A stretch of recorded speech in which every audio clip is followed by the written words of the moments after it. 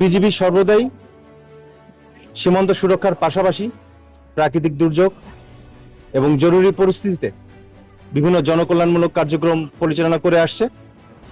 এরই ধারাবাহিকতায় সুনামগঞ্জ জেলায় রিসেন্টলি যে অতিবৃষ্টি এবং প্রাকৃতিক দুর্যোগের কারণে সীমান্তবর্তী এলাকার যে অসহায় এবং দরিদ্র জনগোষ্ঠী আছে তাদের স্বাস্থ্যসেবা নিশ্চিতকল্পে আজ তাইরপুর উপজেলায় আমরা বিনামূল্যে একটি মেডিকেল ক্যাম্পেইন এবং ওষুধ বিতরণ কার্যক্রম পরিচালনা করছি।